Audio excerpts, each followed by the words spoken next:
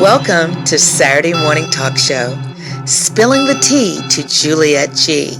It's every Saturday from 8 a.m. to 10 a.m. GMT time.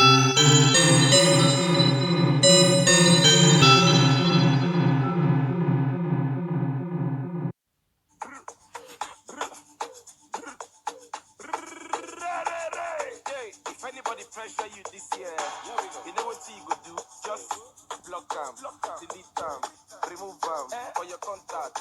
Block them, delete them, remove them for your contact. Don't pressure me. Don't pressure me. Wait, don't pressure me. Wait, don't pressure me. Say. Thank you.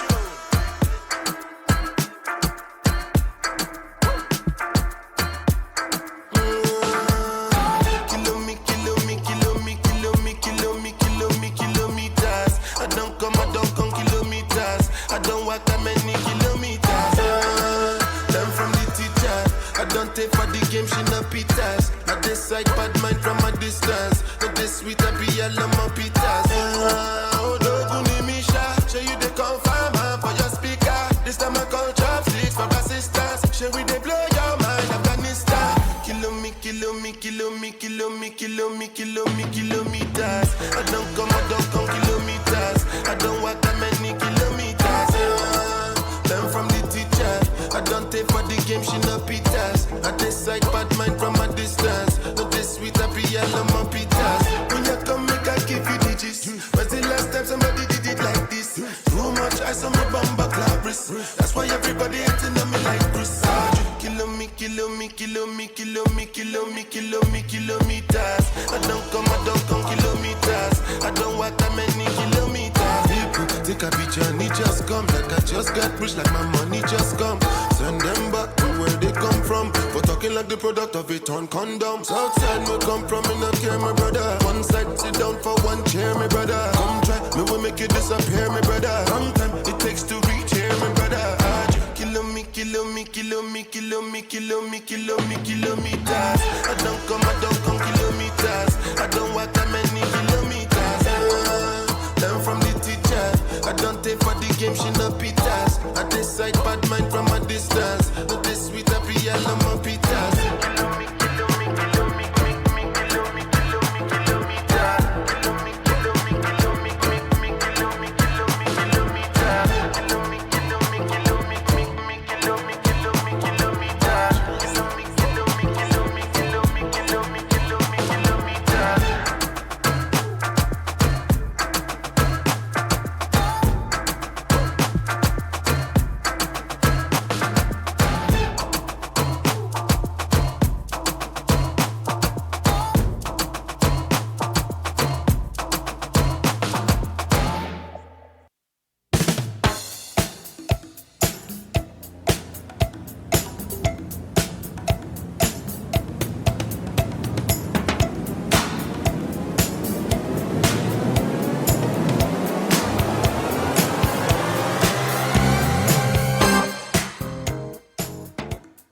Oh my God! Wakey, rise and shine, everybody!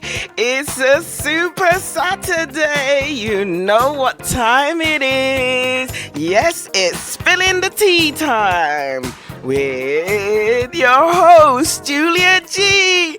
Yeah! Sound effects. Anyway, welcome to another exciting Look, I can't even get the words right. Welcome to another exciting edition of your Saturday morning talk show, Spilling That Tea to Juliet G. Yes, no matter what part of the world you are tuning in from, north, south, east or west, thank you for lending me your listening ears, because you're not looking at me.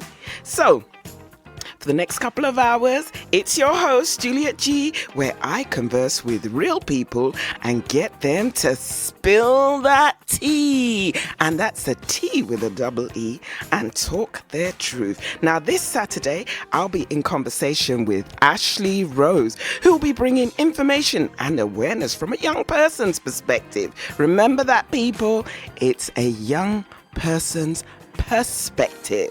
Plus, we'll be having laughs and banter along the way with much, much more. I'd like to thank my guest last week, Miss Teresa Young.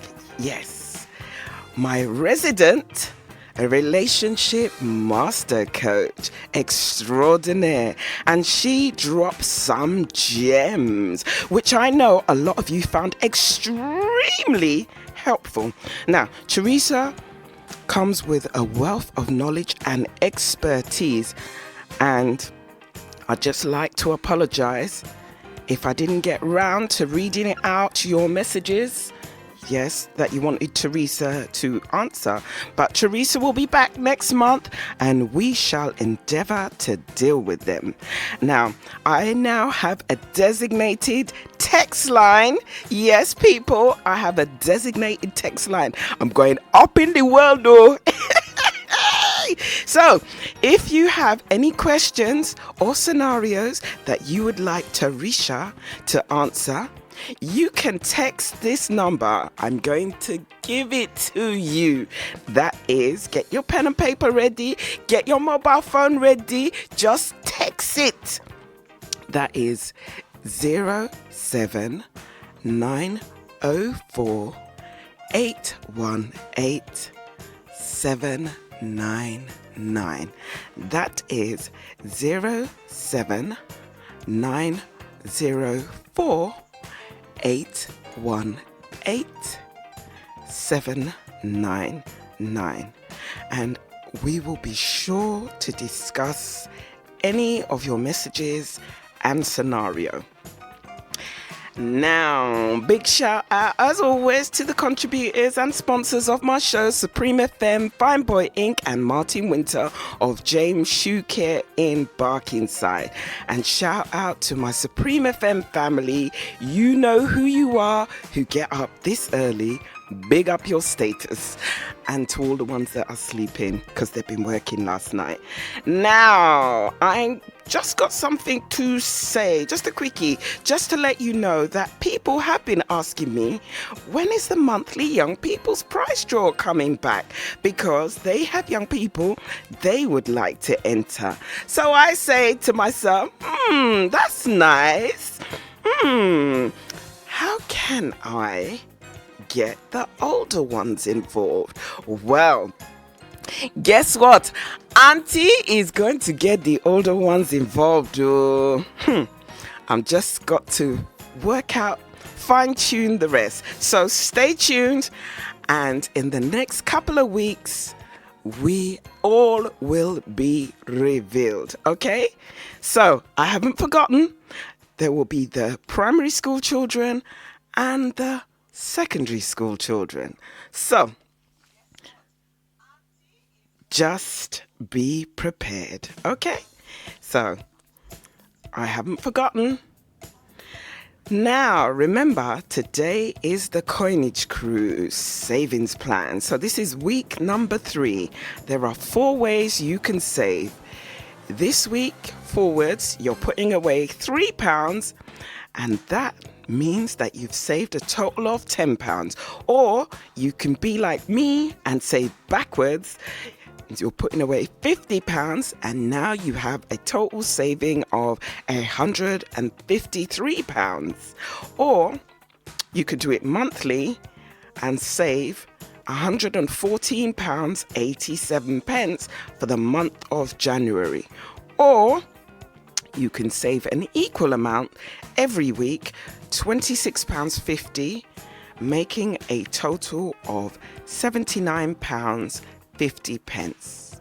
So by the 30th of December, we would have a grand saving total of £1,378. So who's joining me in this savings quest? You don't have to give it to anyone. You don't even have to let anyone know. Just get a tin, a jar, or even a sock, and let's get savings. Yes. So let's get saving and change your financial situation by the end of the year. Now, just a quick reminder, the Errol McKellar Foundation are hosting their monthly event called Let's Sit and Talk Prostate Cancer on Friday the 3rd of February. So it's to be held at the NTCG 1 Balham Road, Edmonton, 9N7AE from 7:30 to 10 p.m. For more information, you can text 07850 317 995. That's 07850 317 995. Big up Uncle Errol and Auntie Sharon. Now, if you have any community news or information you would like to text or send me, you can text my texting hotline number, which is 07904 818 799. That's 07904 818 799. Now I'm going to give you a little bit of a history lesson, because I think it's important that we learn a little bit of history. Now, I don't know whether anybody knows, or if you didn't know, but it's just a little bit of interesting information. It's just a brief summary of what led to the Nigerian Civil War, which is known as the Biafra. Oh, I can't even get it right. What's wrong with my tongue? Sorry. The Biafran. Oh my gosh, I can't even say it. Biafran War. Am I being too English? Anyway, the Biafran. This is ridiculous. I can't even say it. I don't know what's wrong with my tongue. I got lazy tongue syndrome. From July 1967 to January 1970 was the Biafran War. The three main groups in Nigeria, if you weren't aware, are the Igbos, the Yorubas, and the Hausas, also known as the Fulanese. There has always been ethnic tension between the three main tribes, if you weren't aware. Now, in 1960, Nigeria got its independence from Britain. Yes, although Britain was still ruling Nigeria low-key by proxy. Now, I'm going to apologize now, right? Because, the pronunciations of these names. Let me see if I can get them right. But you'll get the gist, right? Nnamdi Ezekwe. I'm not laughing at the name. I'm laughing at my pronunciation. Now, you wouldn't think I'm a Nigerian girl, but I am. A British one. I hasten to add. Oyibo. Nnamdi Ezekwe was the president, an Igbo man, ruling Nigeria from 1963 to 1966, the year before I was born. Yes. And Tafawa Balewa, a Hausa man, was prime minister from 1957 to 1966. Now, in January 1966 was the first Nigerian military coup, where Tafawa Balewa was assassinated. But you see, the wahala that is about to start now. In 1966, the coup that was led by some junior military officers, which was headed by Major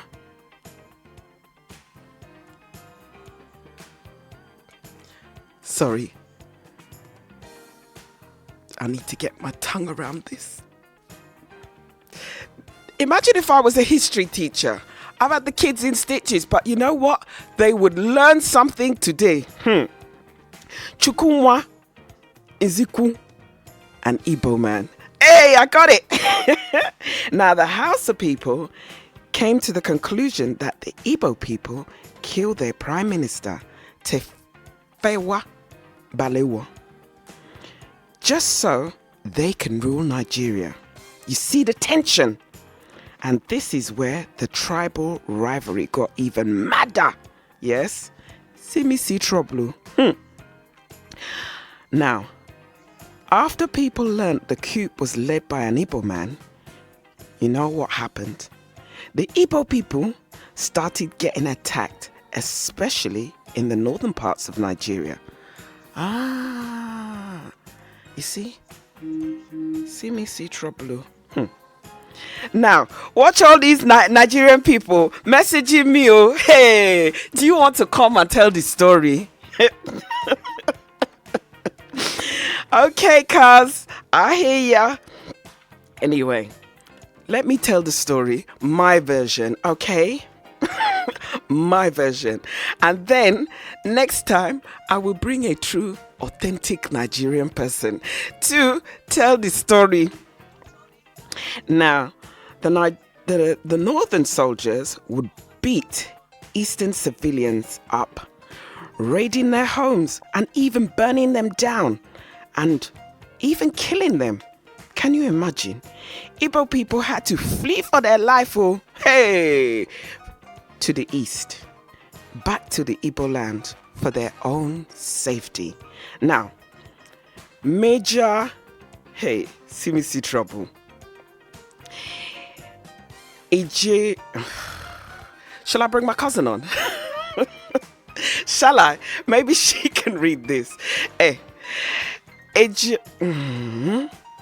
Anyway, Major Ijiwi Ironsi, an Igbo man, was next in line to Tafewa Balewa, who became the new head of state after the coup, making Nigeria a fully military country.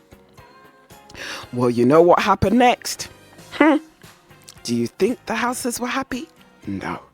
The Northerners got even angrier because they thought Major Chukunwa, an Igbo man, assassinated Tafawa Balewa, the Hausa Prime Minister, to make way for his Igbo brother, Major General Iji. Anyway, remember his name, Major General. Major Chukunwa Nzik. Oh, gosh. These tongue twisters, who told me to read this out? And I practiced this. You would never think. I did practice it. Major Chukunwa Nziku was imprisoned, but the Northerners were still not satisfied. Igbo people were still being attacked, whilst other tribes played dumb. Like Igbo dumb. Yeah. Right. In July 1966, General Ijuku Irunsu, an Igbo man, was assassinated by a group of northern officers, which included President Buhari, Sani Abacha, Theo Danjuma, and Ibrahim Babangida and Murtala Mohammed. Now, Lieutenant Yakubu Gowon, a Hausa man, became head of state. On the 30th of May, 1967, Chukunwa Chukwuemeka Odum Meju Ojukwu, the then military governor of the eastern region, declared the Republic of Biafra. Hey! Hey, I got it right. See, I wasn't thinking too hard. 3 from Nigeria, which led to a fully blooded massacre of Igbos. Now, if you weren't aware, the Igbos were massacred, which we now know as the Biafran War. Now, back then, Nigeria didn't have states. It just had the eastern, the northern, and the western regions. When the Nigerian government feared the Igbos were going to leave, they created 12 states, which separated the 5 core Igbo states from the eastern oil produce lands. Now, I hope you enjoyed that bit of Nigerian history as much as I did, because what a tongue twister, eh? Yeah. Anyway, you know what time it is? It's time to pass you over to my big sister Son. Yes, to lead us in prayer. Just bear with me. Oh my goodness. Is that the time? Do you know what? I am going to, because I only have 1 minute left, and what my sister has to say is going to take a little bit longer than a minute. Woo. That little bit of history lesson took a little bit longer than expected with that tongue twister. That's all I can say. What a tongue twister. Just bear with people. We are going to break.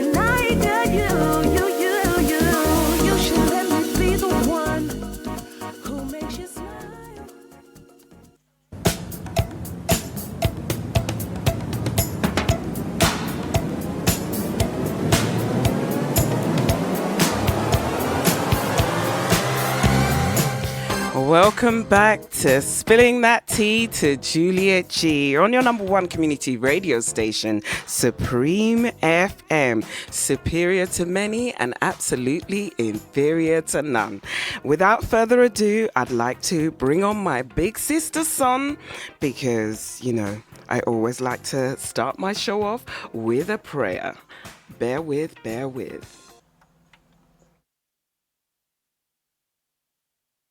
Another edition of Spilling the Tea to Juliet G.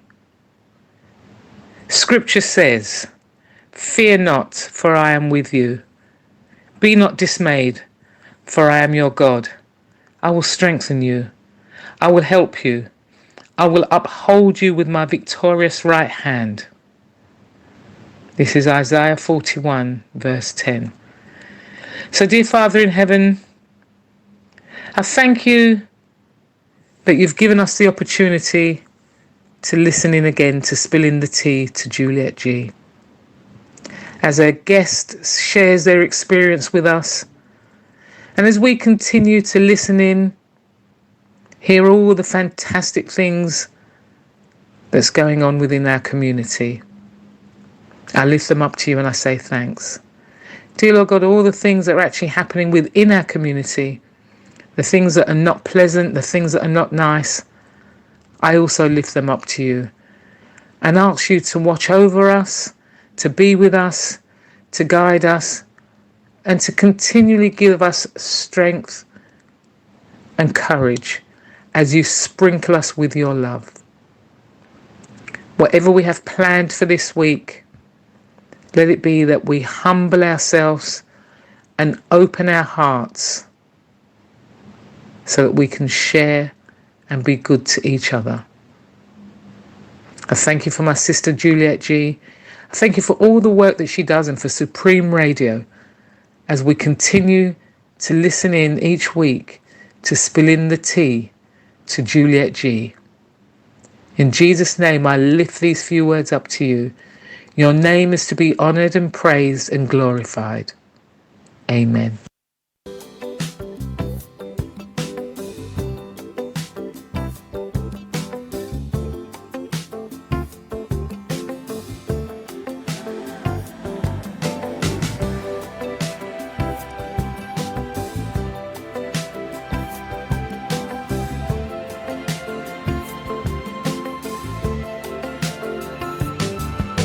Shadows falling, baby, we stand alone.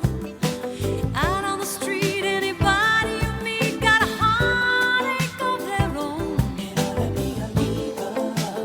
Make it a crime to be lonely or sad. It ought to be illegal. You got a reason for living, you battle on. With the love you're living on, you gotta be mine. We take it away. It's gotta be night and day, just a matter of time. And we got nothing to be guilty of. Our love will climb any mountain, near or far. We are, and we never let it end. We are devotion, and we got nothing to be sorry for. Our love is one in a million. Eyes can see that we got a highway to the sky. I don't wanna hear your goodbye.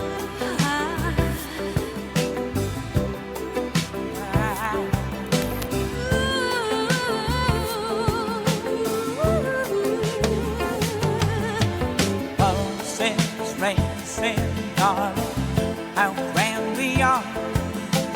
Little by little we meet in the middle, there's danger in the dark. It ought to be illegal. Make it a crime to be out in the cold. It ought to be illegal. And you got a reason for living, you battle on. With the love you're building up, you gotta be mine. We take it away. It's gotta be night and day, just a matter of time. And we got nothing to be guilty of. Our love will climb any mountain, near or far. We are, and we never let it end. We are devotion, and we got nothing to be sorry for. Our love is one in a million. Eyes can see that we got a highway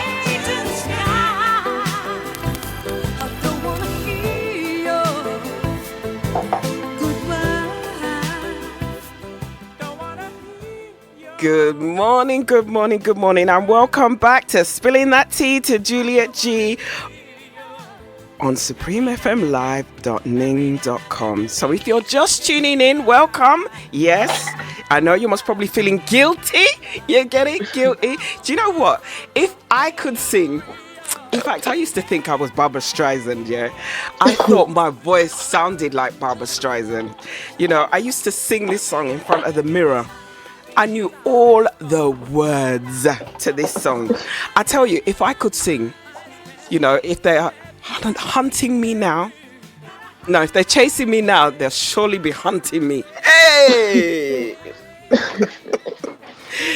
My mom always used to say, if you can't praise yourself, who else will praise you? So that's what I'm doing, praising myself.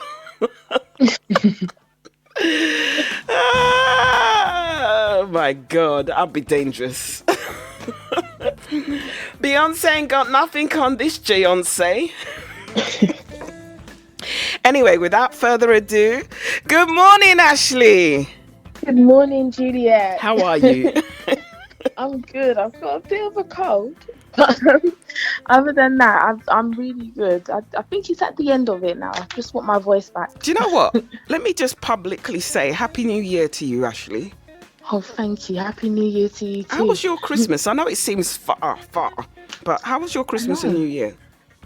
Very quiet. Christmas was just at my nan's house, and New Year I went to church and came home. I didn't even go out, to be fair. So it was super quiet. How was yours? Same here, but just the way I like it. You know, sometimes you can't have it gra all the time. Yes, you know. Thank you, Lee. That was Mr. Lee Townsend. Just telling me my mum was right. I know, mummy's always right. You know, as they say, mummy knows best. Trust me. Now, Ashleigh. Yeah. The way you were ghosting me, I thought I was going to have to hunt you down like I was chasing an ex-boyfriend, yeah, after money.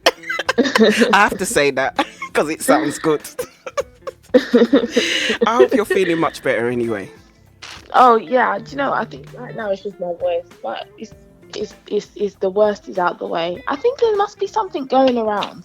Yeah, there is certainly that. This whatever the bug is, it is knocking people for six. You know, like Skittles. It's knocking them down, and if you're lucky, you're not getting it. You know. Honestly, if you're lucky, I think everyone's had it now. No. Don't put that one on me, my darling. My darling, don't put that on me, oh. I haven't got it, and I don't want it. Oh, you won't get it. No. Speak it into existence. You won't. Amen, my sister. So, Ashleigh. Yeah. What do you have for us? Okay, so I wanted to just mention just a quick one before I go into actually what I was going to go and speak about.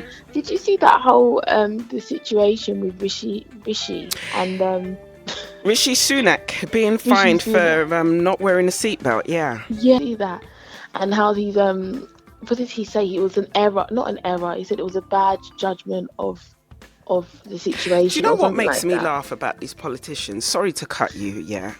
But they make all these rules up, yeah? And they're the first ones to break it. And when they break it, yeah, okay, they give him a fine. A fine most probably, what, £500? £500 to him is like £5, right? It's like £5 or £100 to us, right? Yeah. £500 is a small dent in his pocket. Yeah. Very small. He probably didn't even see it coming. Exactly. If it went out, he surely will be getting that back as soon as it went out his pocket, you know. Yeah. But go ahead. Sorry, I shouldn't have interrupted you. No, that was fine. He had a point. He's probably just going to get a fine. But they said that he's under investigation. But I actually think... Under investigation for what? He didn't wear a seatbelt. It's instant, isn't it? Because when you don't wear a seatbelt, it's instant. Try not wearing a seatbelt and see what happened. You'll have to go, Richie Sunak. Richie Sunak. Honestly, I'm following my leader. Follow the leader, follow the leader. Sorry. Honestly, I did think it. I was like, how can you get away with that? But as usual, I don't know why I'm shocked, because They seem to get away with everything nowadays. I don't think it's anything new. That was that. And I wanted to also just have you watched the show, the one that we spoke about before, Juliet, the Life After Love Island show. Yes, I did. Yes, I did. I did. In fact, did you watch it? I did watch a few clips. I'm being honest. I didn't get to the end though, but I did watch quite a bit of it. Okay, so what was your theory on it? If you listeners, if you was just wondering, you know, Ashleigh is a young person, so she's bringing information from a young person's perspective. And we're going to talk about Love Island. And there's a documentary on some of the people that were on Love Island. And it's Life After Love Island. It was on Channel 4, just in case you might want to watch it, so you know what we're talking about. Anyway, Ashleigh, go ahead. Yeah, to be fair, I thought it was quite interesting because I saw that some people came out and said that they really haven't earned anything, and it did make you kind of realize it's not just it can be a get rich quick scheme, I guess, for some, but that's not really the case for everybody, because he said that he was earning more money before he even went in the villa to just come out to earning a fraction of it. So it did kind of highlight to you that it's not all. I guess it took away the glitz and glamour of Love Island that I think people associate with it. But then, isn't that life? It is life, and I don't disagree. That not everybody that goes on television is going to be famous. But I don't think a lot of young people that do decide to go on the show, I don't think they realise that, if that makes sense. I think they just think, yeah, like, you know, we've got this, and I think they think that it's going to go smoothly, and it just doesn't go that way. But I think they don't even anticipate going back to their old jobs. But also, what is very interesting is, you know, people can trigger you. So the thing is that they need to be aware that you're going into a balloon, right? And you are going to be micro-watched by millions of people, yeah? And every move that you make is going to be scrutinized. Did you watch yesterday's one? I haven't watched it. I haven't actually watched today's one. Was it good? Like, you can tell me what happened. No, do you know what? I don't even think was it yesterday? Do you know, because I've been watching, I've not actually been on top of it, but I have watched. So that would have been not yesterday, day before, so Thursday's one. So did you watch the falling out with the boys? I've literally, where I'm up to, it is so annoying, is that when Zara, you know Zara, the mixed race lady, the one that just recently came in, okay. That's where I'm up to, so I have to have a binge. Right, she's come in and she's rattled the girls, right, and someone mentioned that, and turning some of the boys' heads, but what makes me laugh is that I shouldn't even be laughing, but these people go in there and I understand they're going in there to find love, and it's like, you're the one for me, and you know, like, my head's not gonna turn, and and the minute somebody comes in, it's like, oh gosh, you know, somebody gets, I got a text, and then they get invited out to go, and then it's like, oh my gosh, why did you choose me? And then it's like, oh my gosh, she's a model, she's this, she's ticking all the boxes. And everybody says they're ticking my box until somebody else comes in and ticks their box as well. But what has been really interesting is, because I haven't watched it yet, and I'm going to watch it after the show because I need to be on top of my game. But Ashleigh, guess what? It was the boys that had a bit of a to-do for foolishness. That's kind of weird, though. Usually it's always the girls. The girls. That's what I thought. It was so... I was like, huh? Do you know, like, literally when your mouth is just dropped, huh? Yeah. You know? and only because Tanya, the little pocket rocket, Tanya, kissed 3 boys and made her match jealous. So Tanya, You mean Shaq? Got Shaq a little bit rattled and jealous. Because you know the other guy, that David, has come into the villa. Yes. So she's really feeling David, but she feels really? guilty. Yeah. She feels kind of She's guilty. feeling David. I think she's feeling David, yeah. I think she's feeling David. And there's going to be a recoupling. In fact, there was a recoupling. So, I didn't see it, but there was a recoupling yesterday. So. Oh, I know someone left. I know who left. I do know. Who left? Is his name David? David? Yeah. The black guy? Yeah. So she picked Shaq? I believe so, yeah. Wow. So she was really feeling Shaq? I think she just looked at what would be better for her, and I think she made a choice. Oh, wow. Okay. Do you know what? I think she was just being strategic, if that be the case. But I think so. I think she was just being strategic. Although I think she did like Shaq, because they did have a vibe before David came in, you know. But They did look like they had something, to be fair. They did kind of bounce off of each other well. Yeah. And then David came in and then kind of like, you know, upset the apple cart a bit. Yeah, I do like her though. I think she's quite funny, actually. She is very funny. I think she's got so much personality. They need to keep her to the end. No, honestly, she's got so much personality. She has. Honestly. You know. She really, really has. Do you have a favourite yet? She is my favourite. She is my favourite. Out of all the girls, she's my favourite. Because she's there's something about her. And I think that as time goes by, you know, because Liverpudlians have got so much humour, right? And she's got so much banter as well. Yeah. I think that she is going to keep the girls together.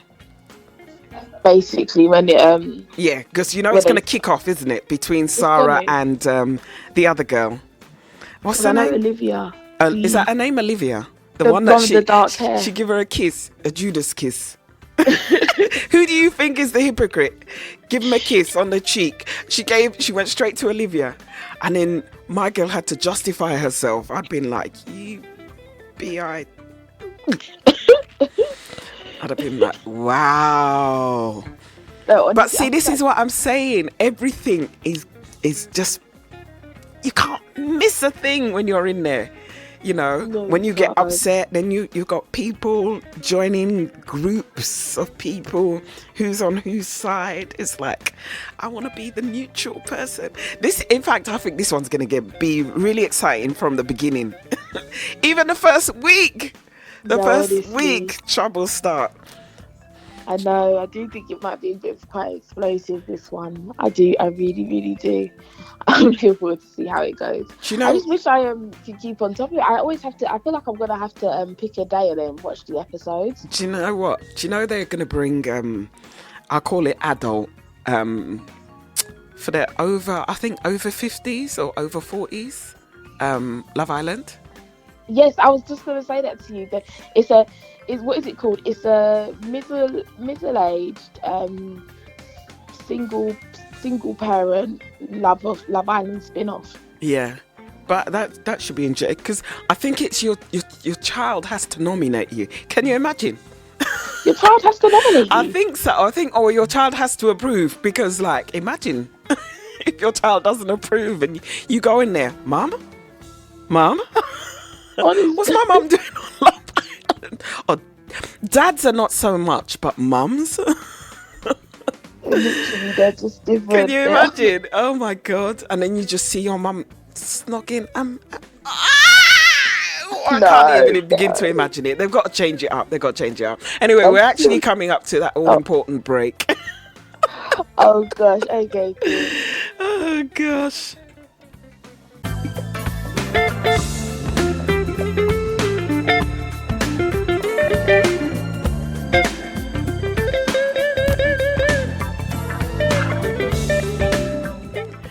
Welcome back to Spilling That Tea to Juliet G on supremefmlive.ning.com.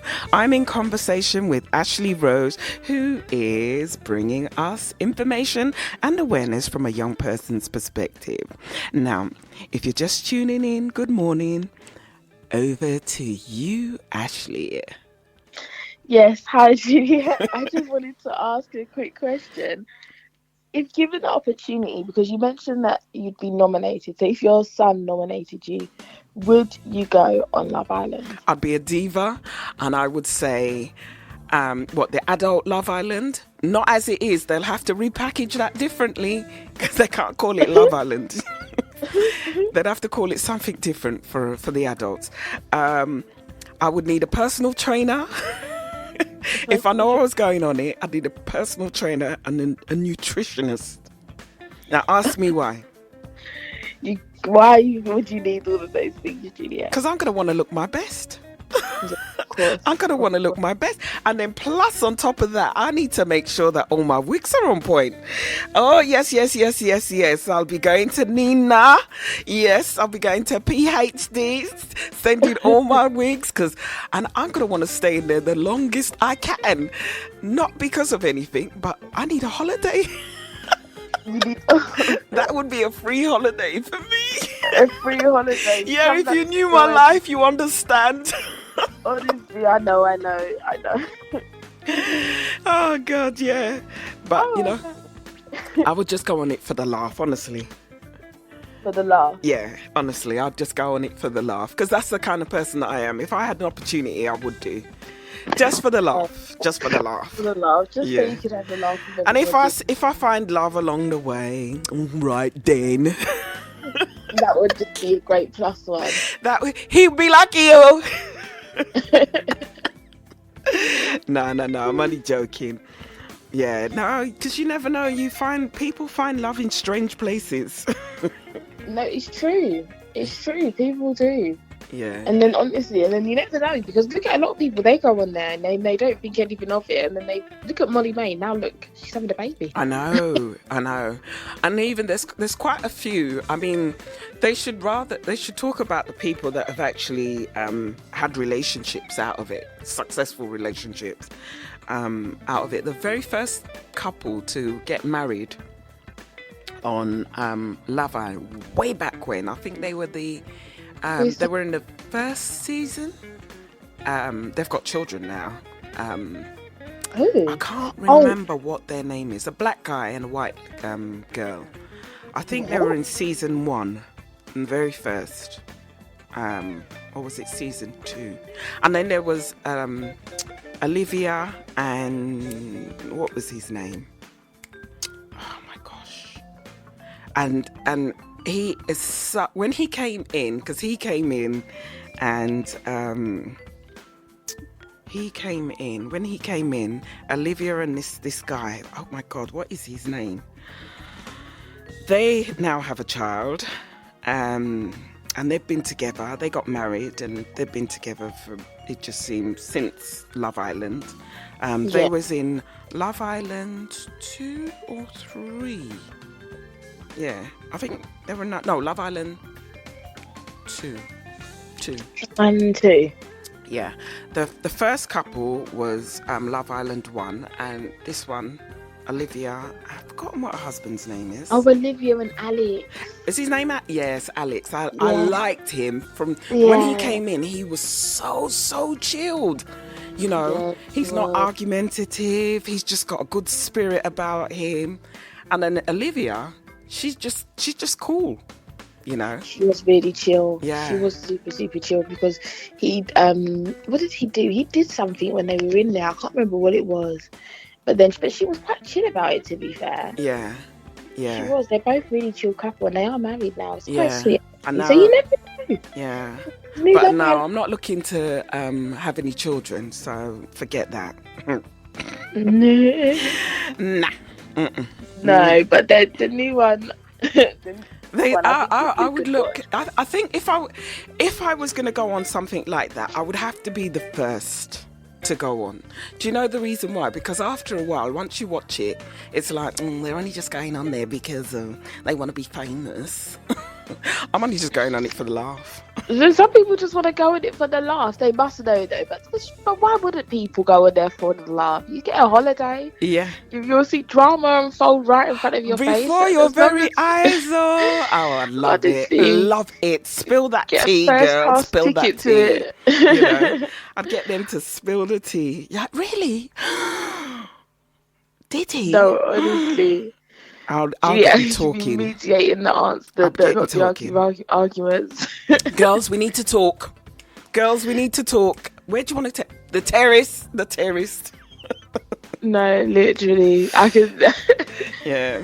It's hilarious. No, it'll be a laugh. It'll be a laugh. Anyway, moving on swiftly. Enough of Love Island now, because I know that we're boring people.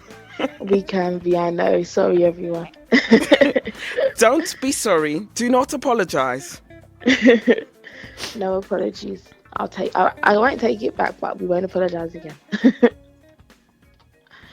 I was looking at the Harry interview. Have you watched it? Harry and Meghan. Yeah. Yes. What Did did you I watch think? his interview? What, Harry's interview? Yeah. Yes. What did you think? Ashleigh, what did you think? That's the most important thing. I thought it was funny. I think he needs to stop now. Do you know what? Do you know for me, I'll tell you what. I find it hilarious, that and what people have to realize, is that despite them being royals, they also have issues, and unfortunately it's been publicly exposed. Yeah, of course. And the thing that very much highlights it, I think, if Harry wasn't married to Meghan, this most probably wouldn't be a situation. It would just be an internal thing, but it wouldn't be a public situation. Yeah. You know. No, it's true. All we'll see is Harry being Harry, and we'll say they'll just publicise it that Harry's being the bad, like the black sheep of the family and blah blah blah and what have you, and that's it. And he's acting out, and that's what the media will portray it. But we're just starting to see things unfold before our very eyes, and I just think it's really interesting, very very interesting. But for me, he strikes me as, you get one of those friends that hasn't spoken, or like when you give them an opportunity to speak and they just keep on talking and they just start telling their family secrets. No, they're literally. They start telling their family secrets and they just don't know when to shut up. And it's like, really? And the more you keep saying really, and the more you go, the more they keep on telling you more and more and more. And that's what Harry's doing. He's doing the most. He needs to stop now. He needs to stop. He needs to stop. Okay, so you agree he needs to just stop talking at this point. Just let things ride out. I don't know. Like, I think he's just got to a point. Maybe he's just frustrated, but he did go into detail in the interview, and I just thought, oh gosh, and on top of that, he's released the book as well. So listen, Spare, right? Spare is #1 bestseller. It's #1. #1 bestseller. Let me just tell you, Spare is #1 bestseller. Do you want the book? Do you want a copy of the book? Do you know what? I think I do have it, but to be fair, in my phone, someone sent me a PDF version. Did I send it to you? Sorry? Did I send it to you? No, you didn't. Someone else did. No. Oh, sorry. No, but I do have a PDF version. I'm starting to get through it, but I can't believe I didn't know it's the number one bestseller, to be fair. Yeah. But I can't imagine that it would be. That's not surprising. He's literally he seems to have gone into a lot of detail with certain things, and I think people really just want to figure it out. And he's not even like he's lying. He's not lying. So it's just like, but in the same sentence, he's saying all of these secrets, and then he says, "I just want reconciliation with my family," and I'm just like, "Oh, but you keep talking." Shut up now. Listen. Do you think that he's going to have reconciliation? Yes, I think maybe not the one that he wants, but I think something, and I think maybe why is because he keeps talking. Do you know what also makes me laugh, which kind of like leads into apology, Jeremy Clarkson's apology to Harry and Meghan. He sent an email, sent an email on Christmas Day, and I've heard a number. If privileged people basically say, well, he's apologized, so get over it, right? Now, privileged people basically say, well, he's apologized, so, they should just get over it. And he shouldn't be cancelled. And we all make mistakes. Now, there is making mistakes, right? You make a mistake by doing a spelling mistake. You make a mistake, by tripping over and accidentally tumbling into someone. That's a mistake. You make a mistake by... for me, that is not a mistake. That is so deliberate. How are you going to write a column, right, that is proofread by how many people, right?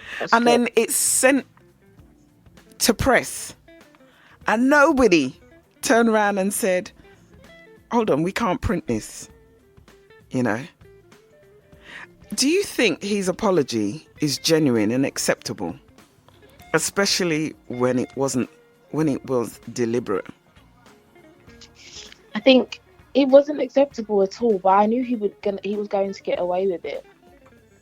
He's got away with so much; it's untrue. Yeah, he's got away with and other people have suffered because there's a guy that was on. There was it two other guys that were on. Is it Fifth Gear? Fifth Gear. Was it Fifth Gear? Somebody Top Gear. That's it. Top Gear. With him. There was two other guys that were on it, and because he got cancelled, they suffered as a consequence, and it affected his livelihood. Yeah, I can imagine. And so so my question to you is an apology when somebody does something, right? And then someone turns around, says something deliberate, and they turn around and say sorry. Can you forgive that person? It just depends who they are. Depends on who they are. Yeah. Okay. Your mum slept with your boyfriend. No. Can you forgive her? That's just not even something I could see. Oh God, no. Okay. She apologized and said, "Ashleigh, I'm sorry. I didn't mean to. It was a moment of madness." No. You can't forgive your mum, yeah? Well, no. Would you forgive yours? My mum wouldn't do that. No, mine I can't imagine my mother I don't understand with her frail self doing that. Yeah. Right? Because that's the only thing that I could think of that would get your brain thinking like that quick. Would you, if your mum said sorry, sorry, I didn't mean to, Ashleigh. No, okay, your best friend sleeps with your boyfriend, your husband.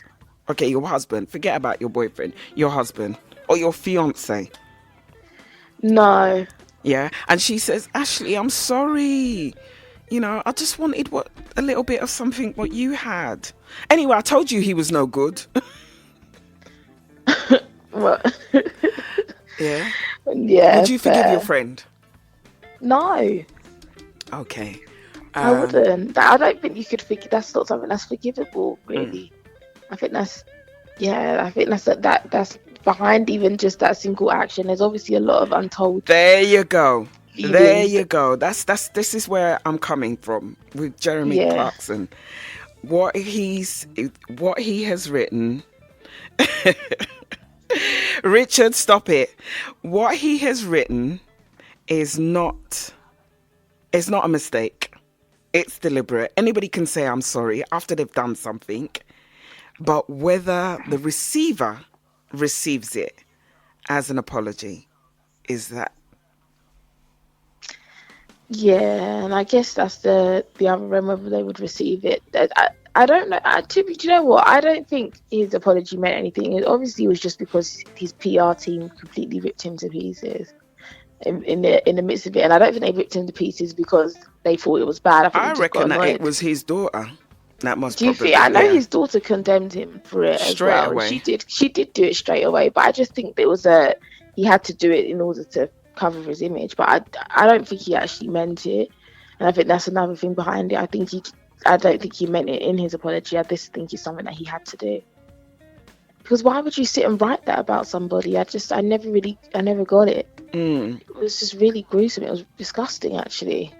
That was. And then he was saying that what they were saying. He took it from a part of what's that?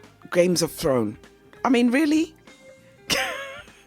Yeah, I Games of remember that he Thrones. did say that. He Shame. did say that. Shame. Yeah. You know, that to throw When they rushed the woman excrement through. at a Yeah. person and let her walk naked. And do you know what? He was very descriptive. That he was doing That's the what most. it was really scary about it. He was really descriptive, and what it did is kind of just reaffirm what Harry and Meghan have been saying. To be there, and that's another reason why people were annoyed. It's like because they've been saying it, and even people that tried to deny it, they couldn't at that point because that's disgusting. And I mean, he would only feel comfortable saying that if that's what else he was seeing, in the media, things along the same line. So she definitely has been scrutinised a lot because what he did was disgusting. But yeah, he still has a job. Yeah, and you know what? He'll get away with it. No, he will. He'll get away with it. He will. He really will. And as you said, it's not the first thing he's done. It probably wouldn't be the last either. He just gets away with these things. And this is privileged power at its best. I know, and the thing is, I'm like, would you have written that about Kate? Would you have even got to write that about Kate? I don't know. I really, really don't know. So, yeah, you never know. You really, really don't. But we'll see. I don't think it's something that they will pick up. I think it's something that people will be reconsidering before they actually go and proofread these articles that go out. Well, it's like what's his name? When Harry was saying how Camilla. Yeah. What I find really interesting is Camilla had lunch with the two people that so detest your daughter-in-law. Yeah. You're sitting around the round table with them and eating. What does that say? And just kind of reaffirmed their point that she is singled out. But Harry obviously don't think there's any love lost there, is there really? No. So, No. there isn't. And I think that didn't help the situation at all. But what can you do? I think she's obviously done that because she's been allowed to do that. So that goes, to be fair, to her husband, really, if anything. And the place that she holds in the royal family, they obviously don't feel the need to question her on it. Well, they're not, because it's Charles's wife. It's Charles's wife, and they're not going to question her about anything. No, they wouldn't. Anyway, that's boring me. Moving on swiftly, Boris getting paid millions to write a tell-all autobiography or biography or book. I saw that. Surely it's not true. Yes. He's not. Yeah, apparently. Yeah. He's actually going to write it. He's going to write a book. Do you think that prime ministers should be able to write a book? No, but do you know what? I think the government's moving into a different, obviously, era. I'd say because I didn't think you'd ever see an MP going to I'm a celebrity, get me out of here. Look at what happened. True. Yeah. Do you You know, think that has changed people's perceptions of what's his name? Was it Jeremy? I believe. What's the guy that went into I'm a Celebrity, the MP? Hello, anybody? What's his name? I don't know. I can't remember. I can see him. Scrawny guy. Oh God, what is his name? It's Jeremy. I'm sure. Is it not? No, it's not. No, Is it's it not Jeremy. No, it's not. It's Jeremy's the What name. is the name of the MP that went into I'm a Celebrity? Anyone? Oh gosh, no. Gosh, it's a good job it's not trivia. That was it, Matt. It was Matt. Matt Hancock. That's it. Someone's just yes. messaged me and said Matt Hancock. Oh, look, yeah, Matt. See. Yes, Matt Hancock. Gosh, how could I forget his name? Yeah, look, he went into I'm a Celebrity, so scarier things are happening. So I can see that an MP being allowed to write, not an MP, a Prime Minister being allowed to write a tell-all book. Well, do you know what? Do you know, apparently, MPs are not supposed to, it's supposed to be neutral people. They're not supposed to have any, like, business interests. They should not have any, they shouldn't be tied to anything. They're supposed to focus on their government stuff and that's it. But they're not. That's not the case. That is not the case. And hence, that's why it's important that the transparency, so that we know which MPs are associated with which businesses. I think so. But they're never going to do that. They're never going to be... Well, you know what? There was a petition that went round. Did you sign it? No, I didn't sign it. There's a petition that went round because they need over 200 signatures so they can take it to Parliament. So that I don't know whether they reached their amount, but I know that there was talking about getting MPs to declare if they've got any associations with any businesses. So, for example, like gas, electricity, because hence that's why is everything so high? Not even double, triple, quadruple. I mean, this is literally going to strip people naked, you know. Wait, so hold on. So you say it's high because because they have stakes in it? Yeah. I reckon a few of them have got stakes in they've got invested interests. I'm sure they have invested interests. I just don't know if I believe that that's the reason that Ashleigh, we're going to break. Okay, we're going to break. Yeah.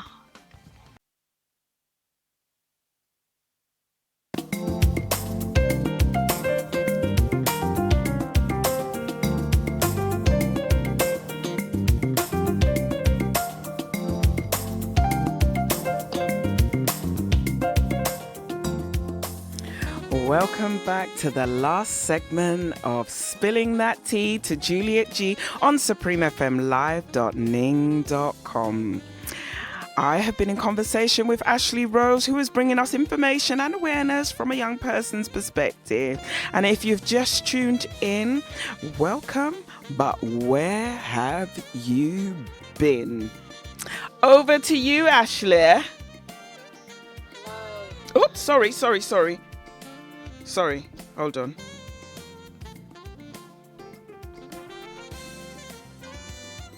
Go on.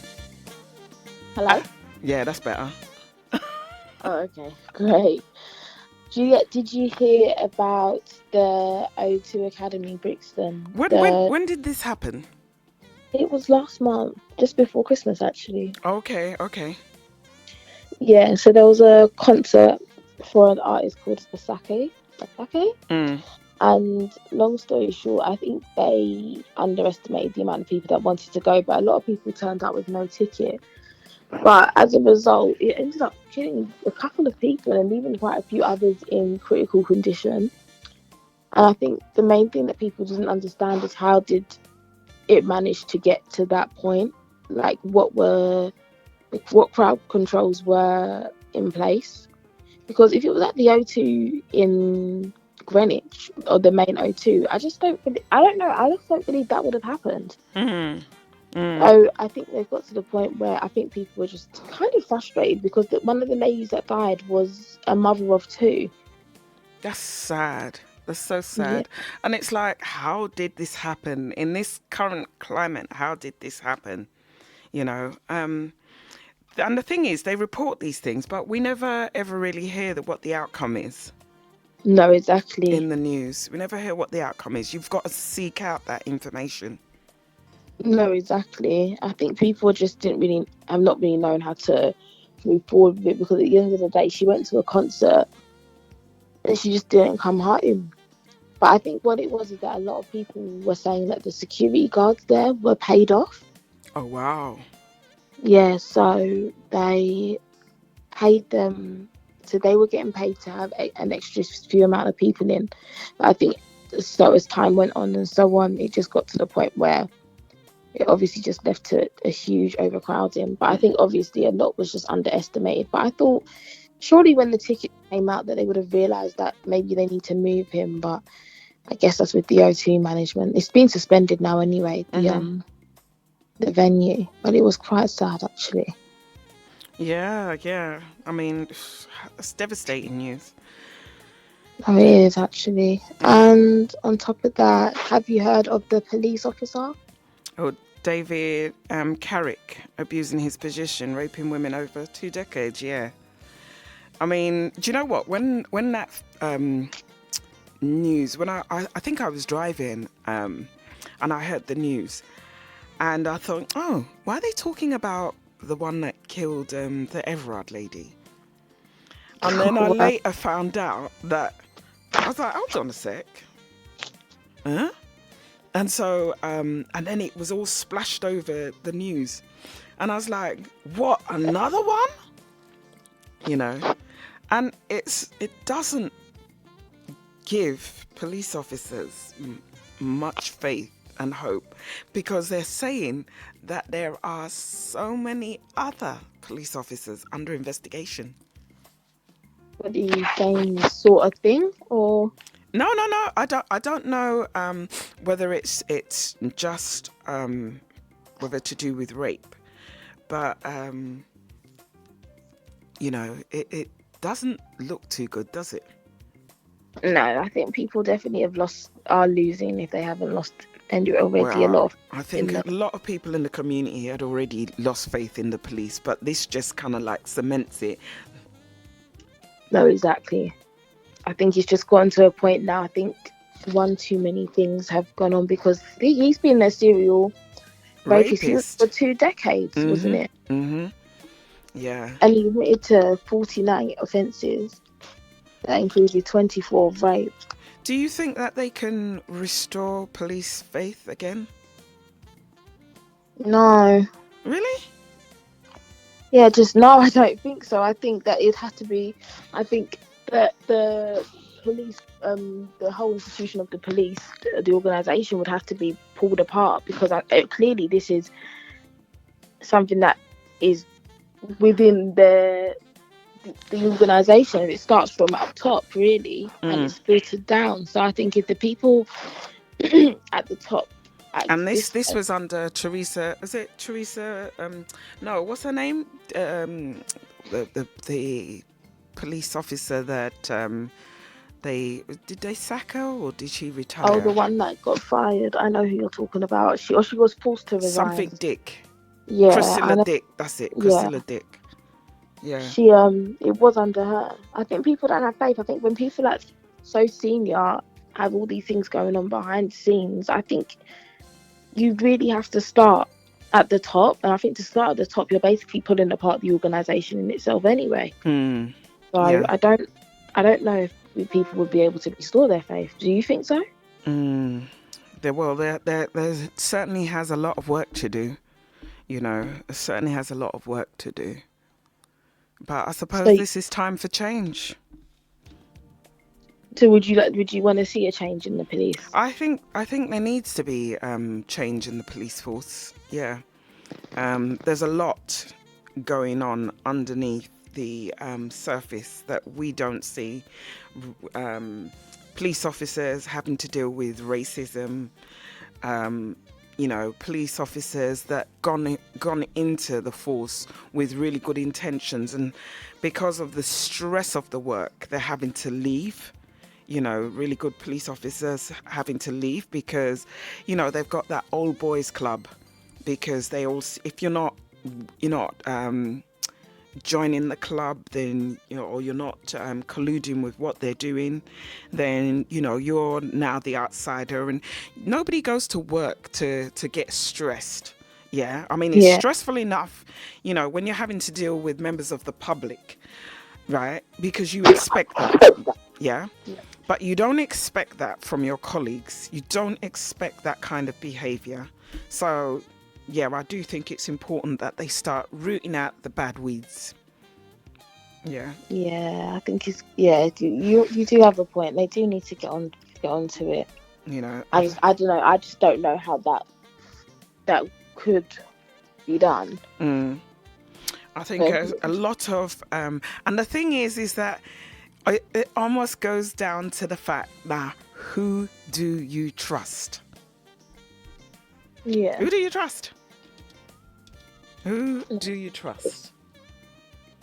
So, Because you are supposed to trust the police, Yeah. really. Well, I guess in hindsight, you're supposed to, but that's but not I'm the case. talking about internally, because it's going to be an internal thing. Like, who do you trust? I mean, there are certain people that know, they know, but there's certain people that need to be weeded out. They shouldn't be in the police force at all. They're abusing their position, abusing. That's not what the police force is for. And I think there are some people in there with their own agenda. Their own agenda. Mm. To be fair, that's fair. There is. There's a lot of them that do have their own agenda. Mm. I just would like to see how they would facilitate weeding out the bad officers, to say. I just don't know. I don't even know how they found out about the other one, to be fair. I'd like to find out, because for 2 decades there must have been at least one person that reported I him think, in well, like he said, people are not going to believe you. And that's what perpetrators always say to their victims. They're not going to believe you, you know, because of the position that they hold, you know. I mean, we all know, or we've all heard of pastors and priests in high positions, head teachers in high positions that have abused their positions and abused young people in their care. So, you know, it's that case of, well, I'm in a very high prestigious position, and who's going to believe you over me? You know, you're a troubled person as far as they're concerned. So, you know, they're not going to believe you. But if enough people complain, which I think had happened, and something eventually got done. That's true. I think you have a point. Another thing, just to follow up, did you hear what Javid said even? How can I call him David? Sorry. No. The former health secretary. Mm-mm. How he mentioned, basically, long story short, he's trying to address the waiting times in A&E and for GPs. Okay. and his suggestion was that patients should be charged for GP and A&E rates. Huh? Yeah, he said that that's something that needs to happen to ease the waits. He said people are going to the GP. I think he's trying to insinuate to kind of differentiate whether someone actually needs to go to the GP or go to A&E or not. They should be charged. Ho. Sorry, I can't even get my my tongue around this one. No, I So know. you're saying that people that are sick, that Mhm. pay their national insurance contribution, Exactly. now have to Pay pay, taxes. right? They now have to pay for what? Being sick? Well, he's something I think he's this guy he's proposed. He's the former health secretary, but yeah, I tell you, they it's want to kill people, you know. They want to kill them all. they do. They Yeah. really, really do. I don't know how he could expect that. And you have a point. People that have that already paid their taxes, natural their contribution, and so on. How could they expect them to then go on and pay? Even to go to A&E, I think that's disgusting. Do you know what? Sometimes I don't know. These people must probably just wake up. That's why I don't really watch the news too much, because you know sometimes when things are in your subconscious, yeah, you don't sleep well, right? And that's why now what I try to do is I sleep with music, because I suffer from tinnitus, so all I'll hear is ringing. So before, it used to be I'd sleep with the television on, and then I could feel the radiation. So I tried to switch off the television and now have the radio on. And then eventually I was listening to the radio last night, and I fell asleep. And I had a good night's sleep. And in fact, I slept and the alarm went off. Right, it literally woke me up, and I was like, is that the time? I want to go back to bed. But I thought to myself, nope, I've got supreme to do. And after that, I can rest. But you know that ain't going to happen, is it? You're not resting. I am today, not Juliet. resting. So the only time I'm going to rest is boom, boom, after work. Yes. Okay, well, after work, I guess. Hopefully, you can rest as soon as you get back. Listen, I am jumping into that. Well, I'm going to have a shower and then jump into that bed, get all nice and cozy. Hopefully, I'll get dinner cooked for me. Oh, okay. All right, Juliet, must be nice. I hope so. To dinner cooked to me. I know I'm gonna have to make it myself, but nice. Yeah, well, I'm putting it out there into the universe. You should. Deliveroo. Delivery. Exactly. What do you think you'll have? Yeah. You know, Deliveroo. What do you think you'll have though? Do you think it will be a Chinese? Will it be a? I have no idea. No idea. I like the element of surprise. Oh, okay. I'm not picky, as long as I don't eat Indian. Do you not? No. To be fair, it's not my favorite cuisine. It's not. No. Is it too oily? No. I've had very bad experiences twice. Really? And put it this way. The toilet and me were friends for a very many hours. And that experience was hot on my derriere. That's all I'm saying. On that note, moving on swiftly, Ashleigh, is there anything else you'd like to add before I let you go? No, nothing. Thank you for today. That was a great way to end. It's hilarious, actually. Thank you so much, Ashleigh. As always, my dear. You know, you come with a different perspective, and I look forward to next month. I do. Thank you. What's your plans after the show? My plans, I think I need to go get some more medicine for my throat. And I'm going to rest. I want my voice back. Okay. You take care of yourself. Thank you, And I'll Juliet. call you Thank after you. the show. Thank you. Take care. No worries. On that note, keep it supreme with me, your host, Juliet G. Next week, I will be in conversation with Lee Townsend. Yes. Like I say each and every week, you don't want to miss this. So set your alarm clocks from now, because you don't want to miss it. So coming up next at the top of the hour, we have Martin J till 12 noon. And from 12 noon to 2 p.m., we have LaJ. And from 2 till 4, we have TLC. And 4 till 6, we have Nigel B. in for TJ Sting. And 6 till 8 p.m., we have DJ Omar sitting in for WJ Goodgroove, and from 8 till 10 we have Lloydie Banks, and from 10 p.m. till midnight we have DJ Squeaky, and from midnight to 2 a.m. until he says so we have Uncle Nuts. That, ladies and gentlemen, boys and girls, is the DJ and presenters lineup for this Saturday stroke Sunday morning on your number one community radio station, Supreme FM. As always, thank you to each and every one of you, whether you be a first-time listener or a regular listener. Thank you for spending the last couple of hours with yours truly. I'm just a small fraction of Supreme FM family. So stay tuned to be fully entertained with the other presenters coming up.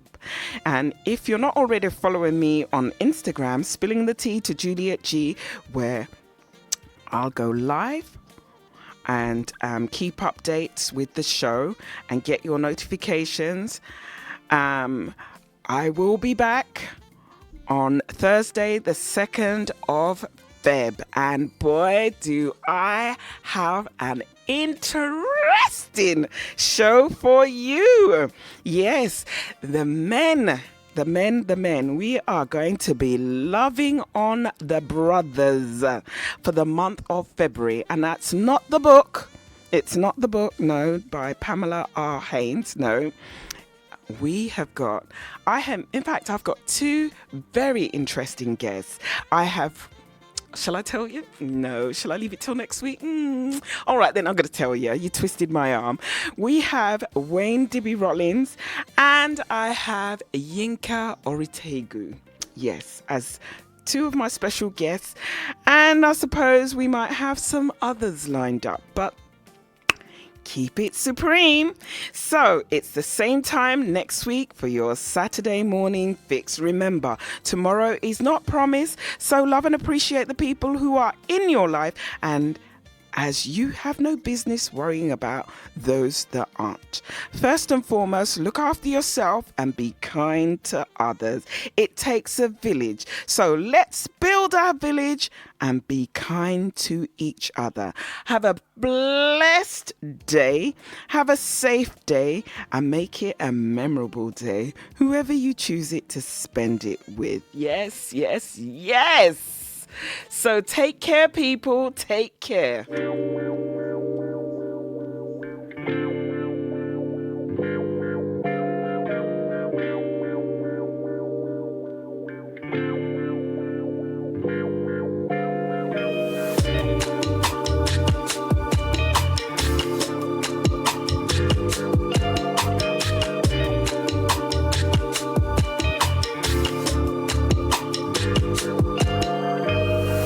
You don't watch